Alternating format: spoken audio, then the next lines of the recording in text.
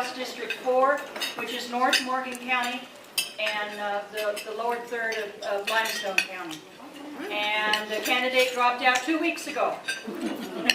And I stepped in, and hopefully you have one of my cards already. I have been a watchdog down in Montgomery for a long time. Some of you I come here quite often, and some of you may know me from Facebook a lot, because I kind of talk here a lot.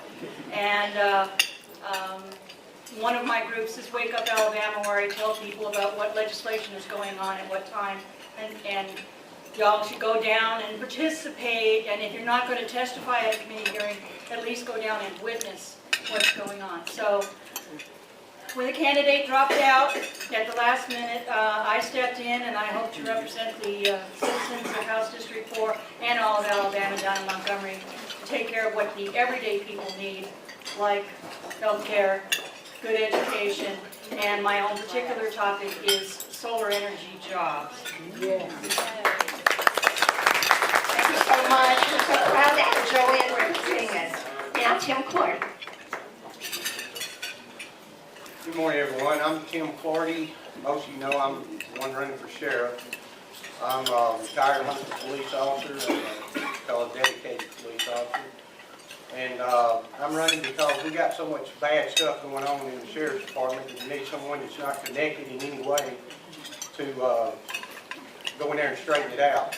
My opponent is a former deputy and friends with the group that causing all this problem. But don't get me wrong, we have some of the finest deputies and jail personnel that this state's ever had and beyond Alabama. But there's just a handful that is really causing a lot of problems. And I want to go in there and make sure we get that straightened out. I'm going to put a lot of stuff on my website that a lot of people have been telling me that they are unaware of a lot of stuff that's been going on, such as the beat down, a lot of unlawful arrest and tasing of people, and large amounts of money that's being paid out. One particular one was $625,000 that the current sheriff lacked and said that it didn't cost us a dime, our insurance paid it. Well, I think we pay the insurance, so it costs us. But anyway, that's the bottom line. There's so much stuff going on, and I can go in there and straighten it out because I have no connections whatsoever with the sheriff's department. And I appreciate y'all's consideration and keep me in mind and Tim Clardy for sheriff. Thank you. And now we have running for state senate, Wasyluka.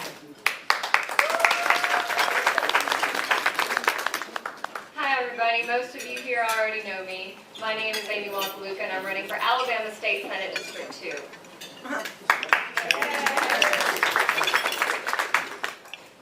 As many of you all know, it is the beginning of football season here in Alabama. Well, it's also the beginning of campaign season. And I'm going up against a former senator for this seat who has the strength of a supermajority behind him and who has resources that we don't have. If this were a football game, this would be halftime. So I'm going to give you all a halftime speech. Who here has seen Any Given Sunday? Okay. Well, if you haven't, it's a movie with Al Pacino, and he goes in the back and he talks to them. And he says that right now we're down. And that's true. Right now they have the advantages. But as you grow and as you fight, you learn that in football, like in politics, life is a game of inches. One door not knocked, you might not make it. One donation not gotten, you might not be able to get there. But the inches that we need are all around us. They are at every door knocked. They are at every phone call made. They are in every postcard written and every volunteer who shows up to all of our events. Amen. The inches we need are all around us, but we have to fight for those inches because they will not be given to us. We have to take it. If we don't fight for those inches, what is at stake is a supermajority who has no incentive to change what they've been doing. We will continue to be 46th, 47th, and 48th in the country in everything that matters. Now is the time to fight for those inches. And if we do that, from now until November, we know that by the time we add up each and every one of those inches, it'll make the difference between winning and losing, and between having balance and not. So I'm asking each and every one of you to put your game faces on. Grab a helmet. Find a candidate or candidates and volunteer with us. If you can canvas, canvas. If you can't canvas, phone bank. If you can't phone bank, write postcards. If you can't do any of that, donate.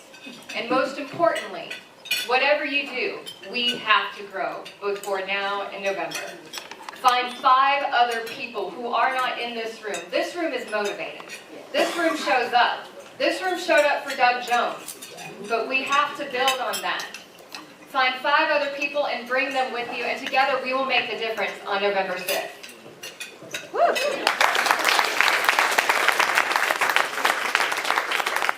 Thanks so much, Amy. Now, we have a municipal election. We have a runoff in a municipal election. Whoever coined the phrase, "every vote counts," knew exactly what they were talking about. So now I would like to bring to the podium our invited candidates, Francis Akridge, and I'm not sure that Mary Jo Taylor's here. Francis, would you please come to the mic? Certainly, thank you.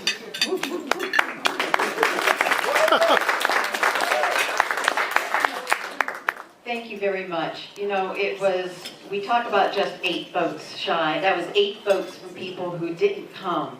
It was 13 votes if they had flipped over to my voting. So yes, every door counts, every person you talk to counts. There's a big ripple effect that happens out there when you're talking to people. So I'm asking you for 3 names to just outside this room, for anybody, no matter what color shirt they prefer to wear on a state or national level. Please, it's about our city. It's about loving each other. It's about building community, because thank goodness there are no walls between District 1 and District 2 and District 3 and District 4 and District 5. So please, tell 3 people that Francis Akridge has the experience that will get us to the place where we all want to be, and that is a stronger, inclusive community. Thank you very much. Thank you, Chris. And now, I would like to introduce the latest appointment to Madison County Democratic Women's Board.